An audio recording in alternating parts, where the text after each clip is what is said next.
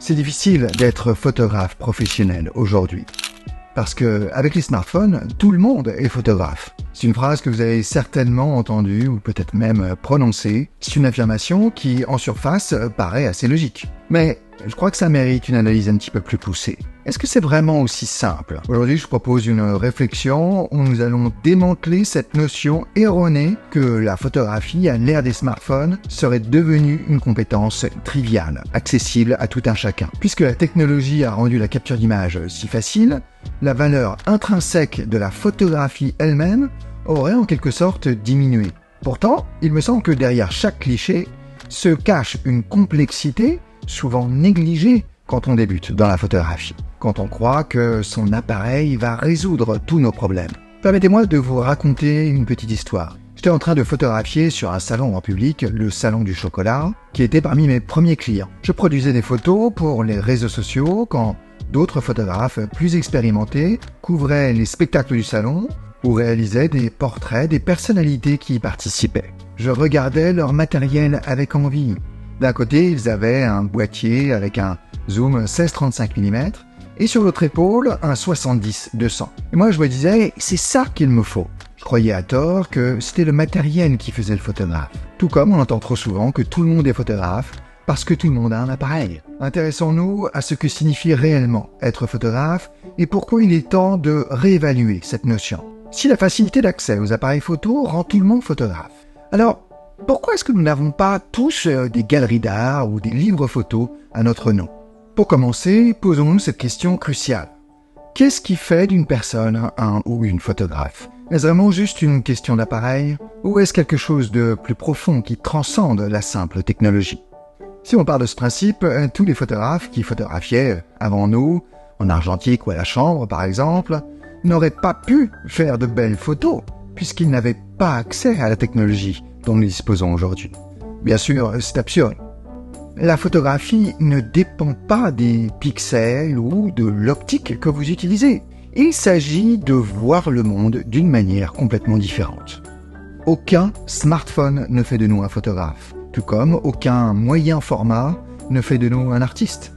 Ce qui fait un artiste, c'est le travail. Je vous renvoie à cette fameuse phrase d'Henri Cartier-Bresson, « Vos 10 000 premières photographies sont les pires ».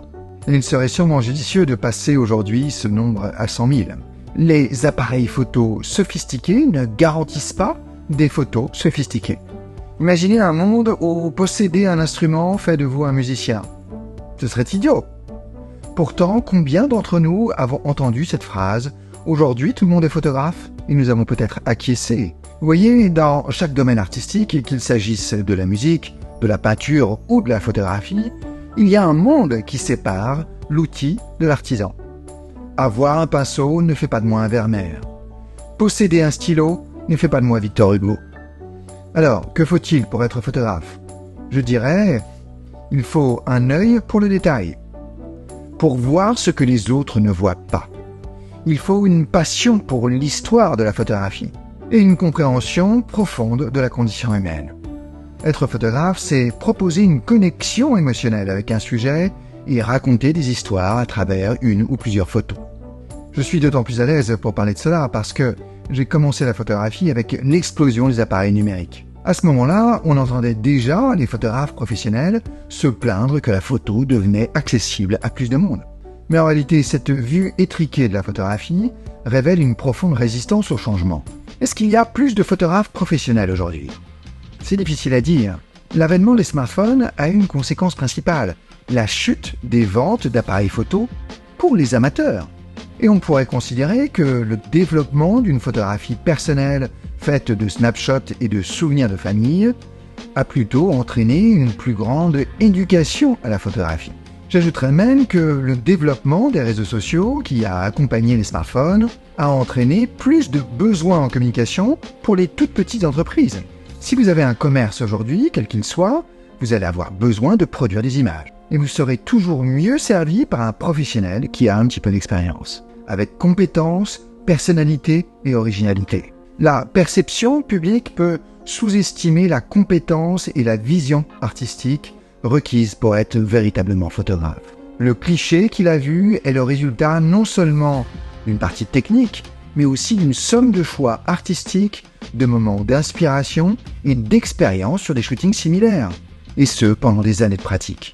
La véritable beauté de la photographie ne réside pas dans votre capacité à faire une photo, mais dans votre âme artistique, dans votre capacité à générer des émotions, à toucher ceux qui verront votre photo, quelle que soit la portée de votre audience.